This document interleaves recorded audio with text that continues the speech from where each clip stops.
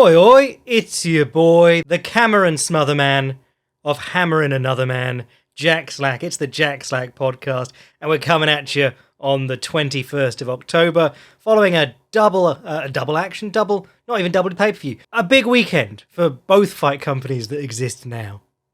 Actually, no, it was a big weekend for PFL, and it was another Saturday at the Apex for the UFC, but there were fights, and some of them were good, and we'll talk about those ones.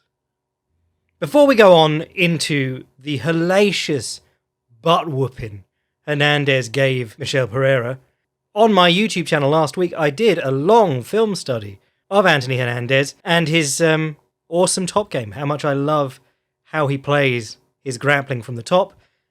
We talked about that seated katagatame, which is often misidentified as a guillotine, which he attacks and then he can come up on top again, and it bamboozles a lot of people who aren't familiar with the position because he's jumping a gilly, it seems, but he's not ending up on the bottom and having to fight his way back up.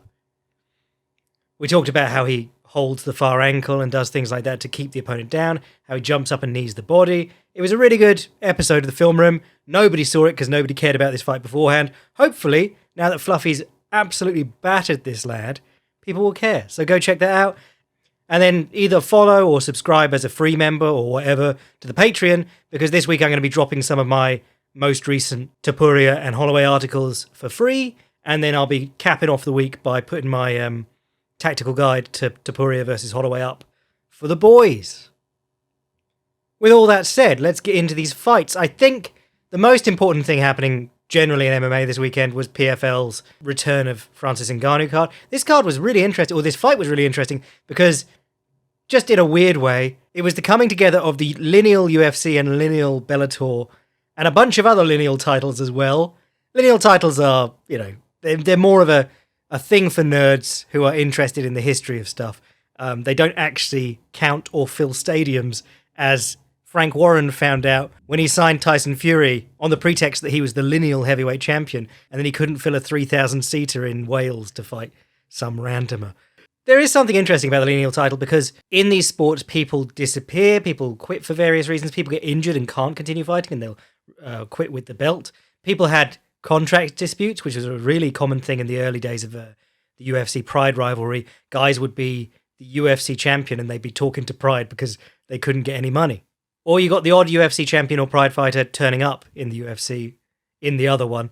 But Francis Ngannou is the lineal UFC champion because he had the belt and defended the belt and then left due to contract negotiations.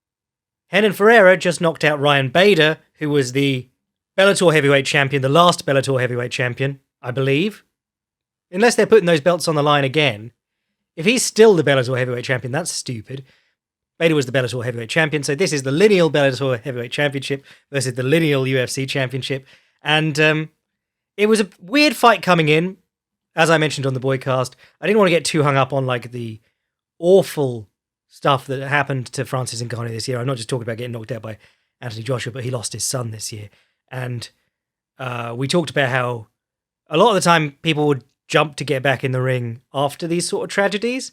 And it's often not to do with wanting the fight, obviously. It's more to do with anyone else in these sort of tragic situations just goes to work and tries to distract themselves with work.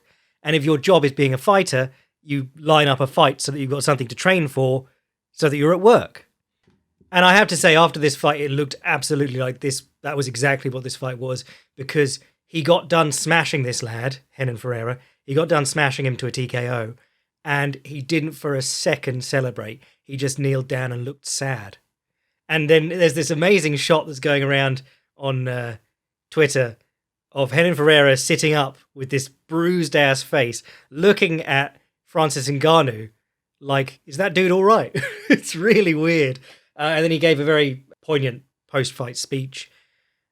Yeah, these things, I'm just glad for him that he won, because these things, you can jump back into them too soon, and it can do you good to have the thing to work for and work towards, but it's not at all the optimal scenario to be fighting in. And I've always said on this podcast, I want to see the best fighters fight the best fighters with the right amount of prep and everything being as good as it can be.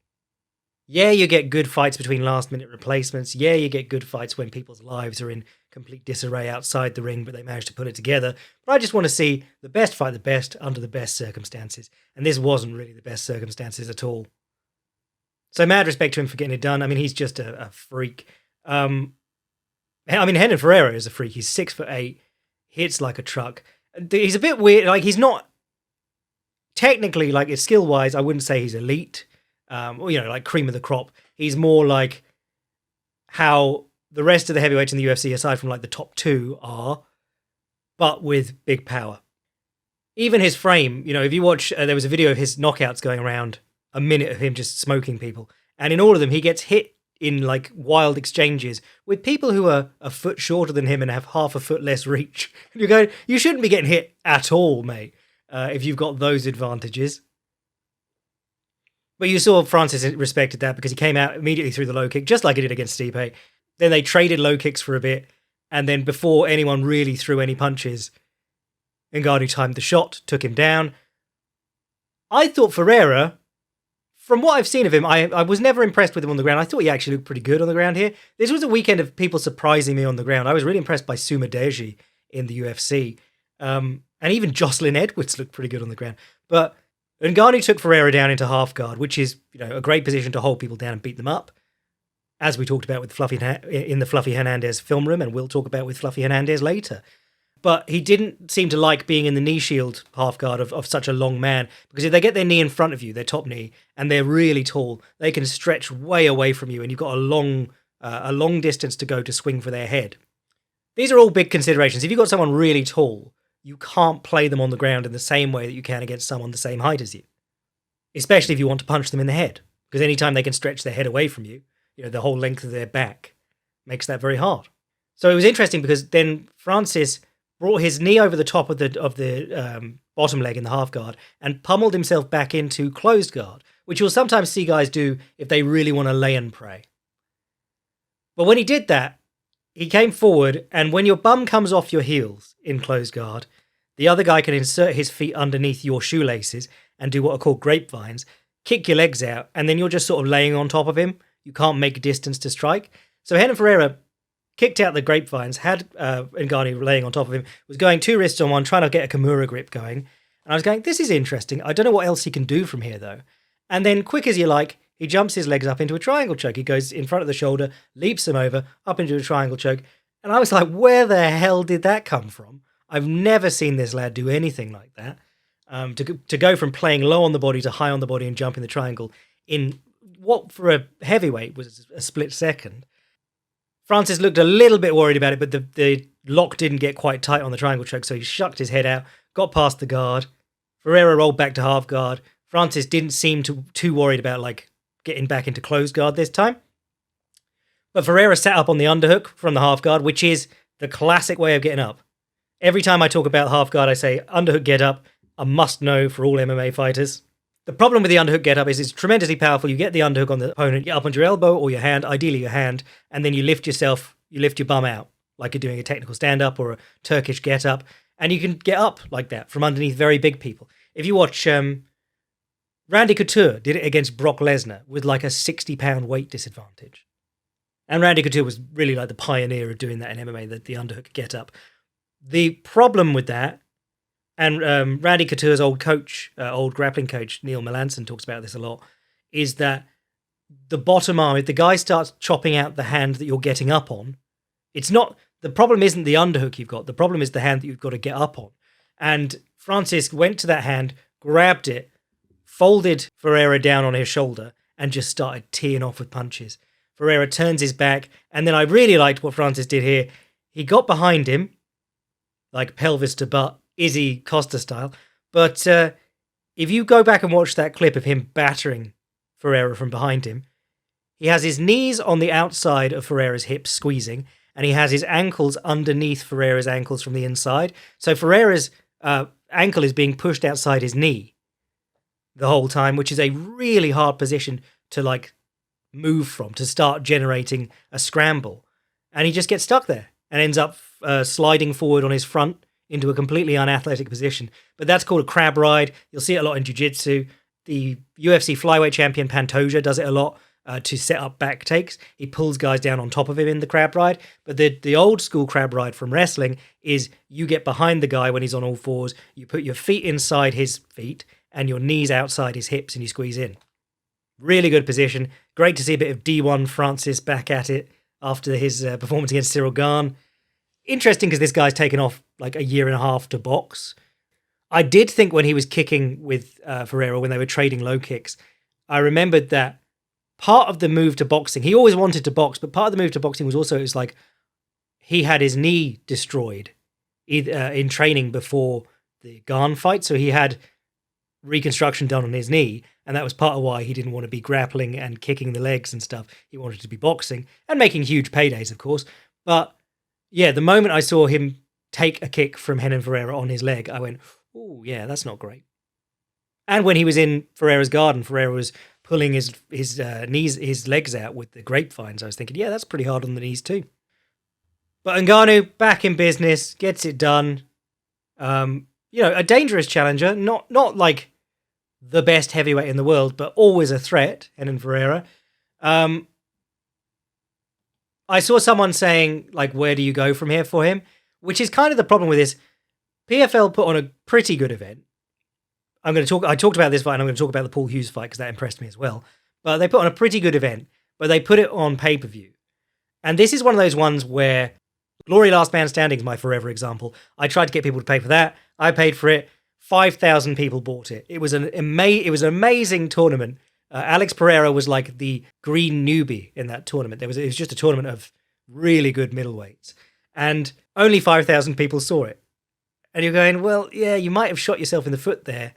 Pay-per-view is a tricky business. Because this is the thing, like, you have to try and make some money at some point. You can't be one championship forever. But at the same time, to be a successful fight company, it seems like you're going to have to do some stuff at a loss.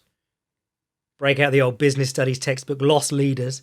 But I was questioning coming into this fight, would it be worth giving away the big Francis Ngannou fight at a loss in order to set up a pay-per-view at the end of next season when he fights the winner of their whatever heavyweight tournament? Because I feel like nobody paid for this. You know, a lot of people saw the knockout on Twitter or whatever because the GIF's going to go around. Heavyweight fights are built for GIFs, basically. You can't stop people doing that, effectively. So should you have just given it away for free and tried to get as many people as possible to watch it in hopes of advertising something further down the line?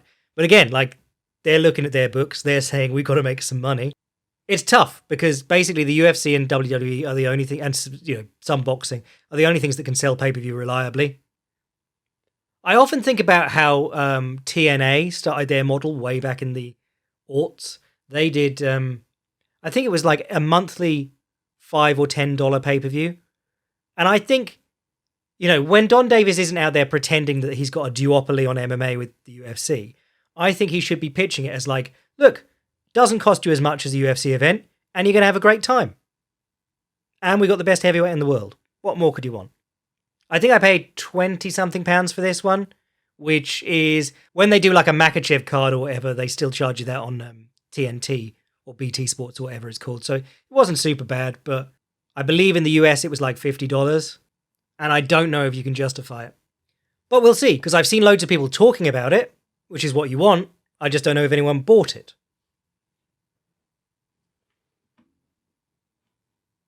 The other one on the PFL card that deserves a massive shout out is Paul Hughes, who is probably the most promising prospect to come. Oh, that's a lot of P's. To come out of Ireland since Conor McGregor.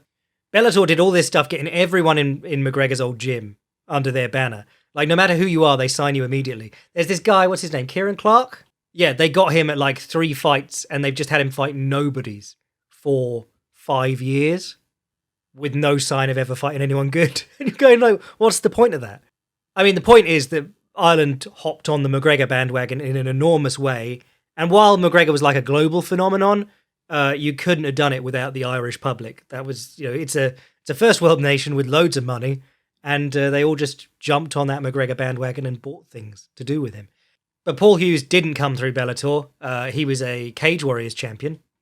And he isn't related to McGregor's old gym either. But he's got a single loss. That loss is contested. And he won the rematch. He left Cage Warriors in April of this year. Immediately announced he was signing with Bellator / PFL, the new Bellator, as in like since their purchase. PFL-ator is what people call it. Fought this dude, Bobby King, got a knockout in the second round, didn't look too impressive. Fights AJ McKee, who is like the Bellator homegrown star. They love him. They have hyped him to high heaven. And this was a really interesting fight because I said AJ McKee's confident enough on the feet that he could just make the mistake of being there, trying to strike with Paul Hughes and getting outstruck. If he grapples, he's got a much better chance because he's a very, very good grappler. What I didn't see coming was that he came out and tried to grapple with Paul Hughes. Hughes sprawled on him, put him on his back, and then stood over him, dropping punches on him for the first round. Every time AJ McKee threw a flashy kick that other people just let him do, Paul Hughes stuck to it. Like he parried it, swiped it out of the way, and came in with a left hook or a knee or something cool, and gave McKee a hard time. Dropped him along the fence at the end of the first round. Stayed in control. Won the split decision. The split decision was bollocks. The crazy thing was we were in Saudi Arabia.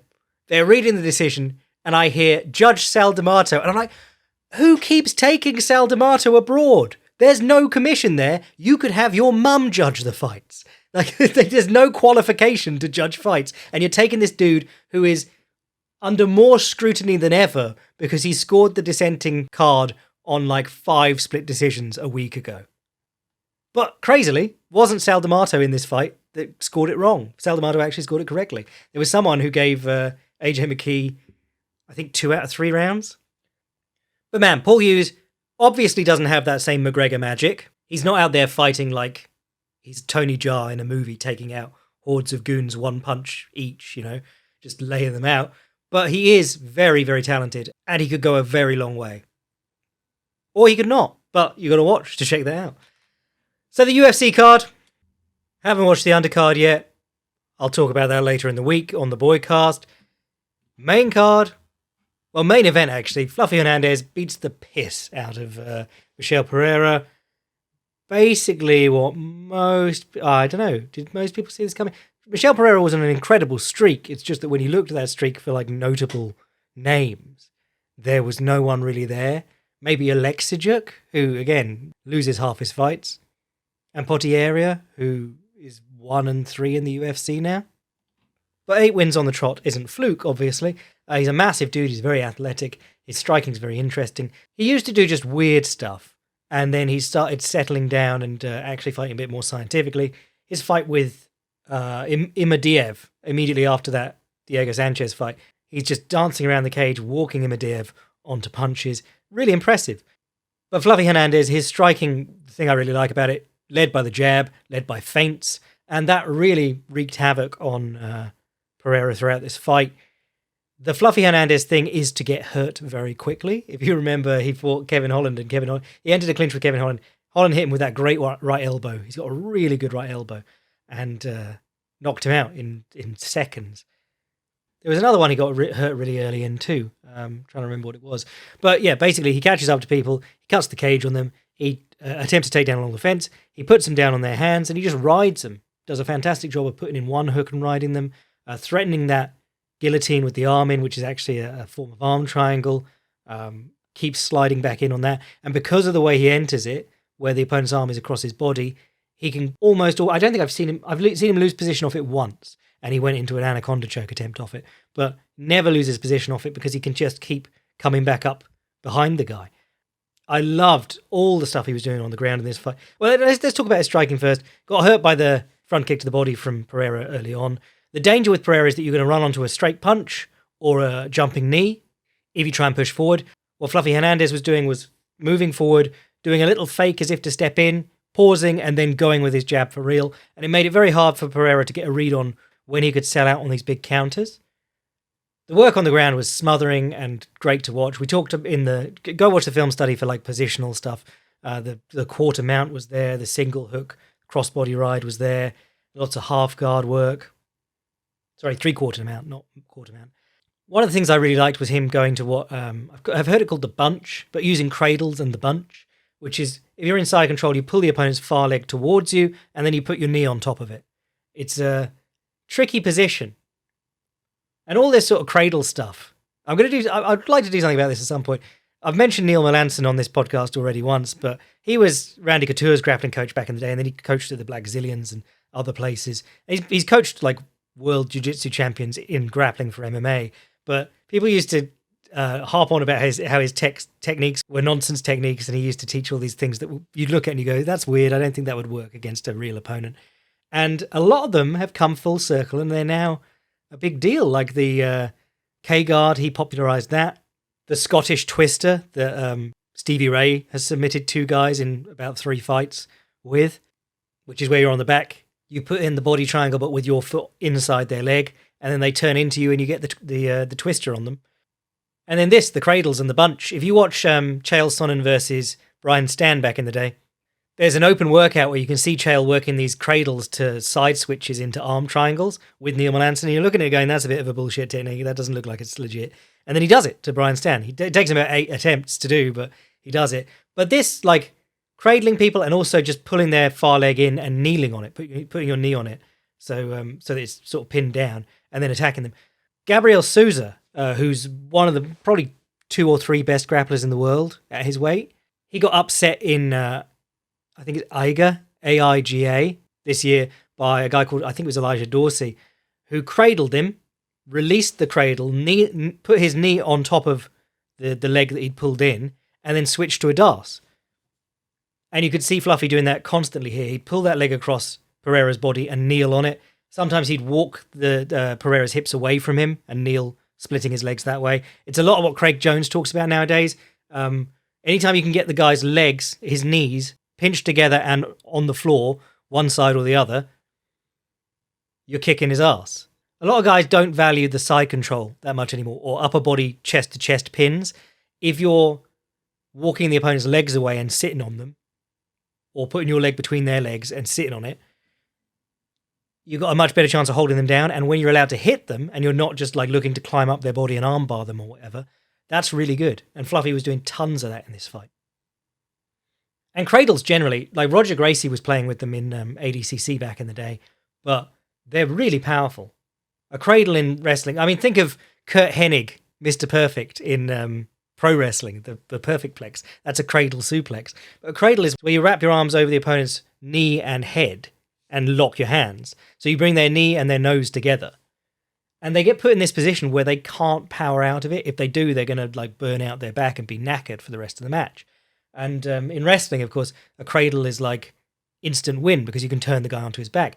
Ben Askren, in his one Olympic match, he's against a guy who's much faster and more explosive than him, obviously. The guy shoots, Ben Askren steps over, grabs the cradle, turns him onto his back, pins him.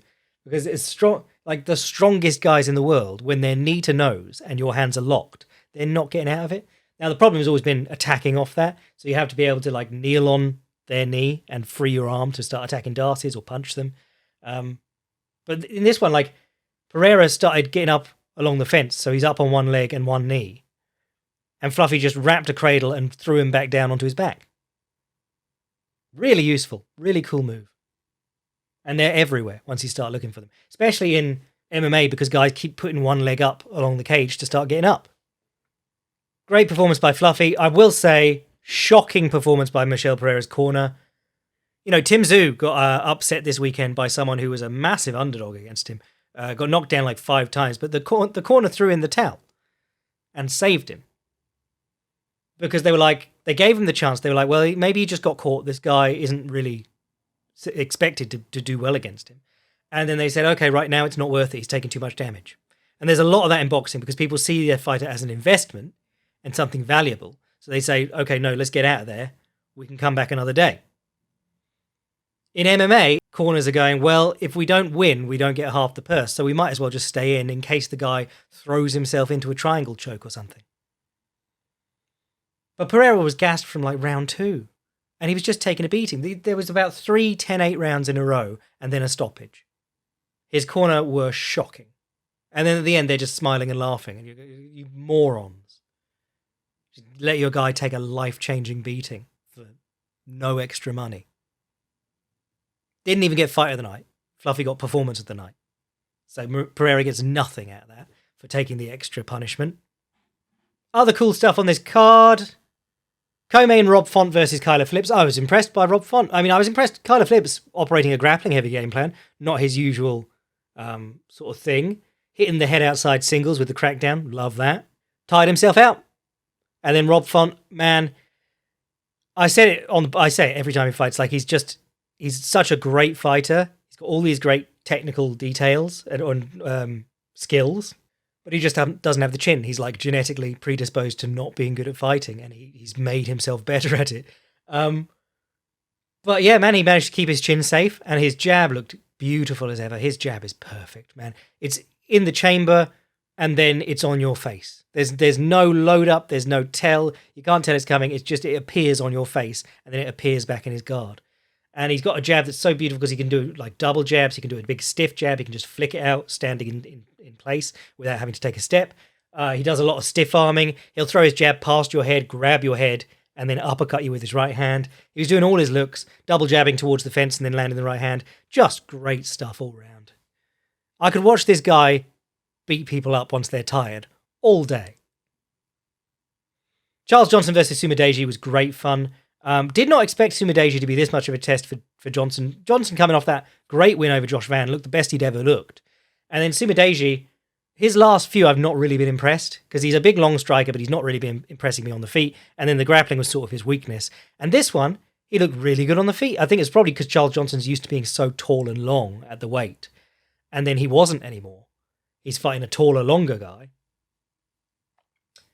Sumidaji doing things like little inside low kick to jab off the same movement, just putting the foot down and jabbing and snapping Johnson's head back. But Johnson did a great job with pressure and feints. There was a moment in round 2 where his corner were going, go for him, get him out of there, smash him. You know, they're doing the who was it, Darren Stewart? Some British fighter's corner used to go, whack him, bruv. But yeah, they obviously saw something, they said, just go for it. And Johnson fakes a step in, Sumidaji with his back to the cage, swings, misses, and goes into a full spin. He's like, I'll just walk through on this and turn around. And as he turns his back, Johnson sprints at him and lamps him in the head. And that was when it started getting bad for Sumidaji, and he got knocked down shortly after that. But Sumidaji's grappling looked phenomenal. He got taken down, sat up onto one hand with the overhook, in sort of his guard's passed, but he's sitting up. And then he inserts a hook backwards and does like a reverse butterfly sweep, the one that Linton Vassal's always doing. Someone said it looked so smooth it was like he was demonstrating it at a seminar. It was really slick. And then you remember this guy trains with Pantoja and Marias and lots of guys who are much better grapplers than him. So obviously he's had to learn some looks. And he's probably getting a lot calmer under fire in serious situations with very good grapplers.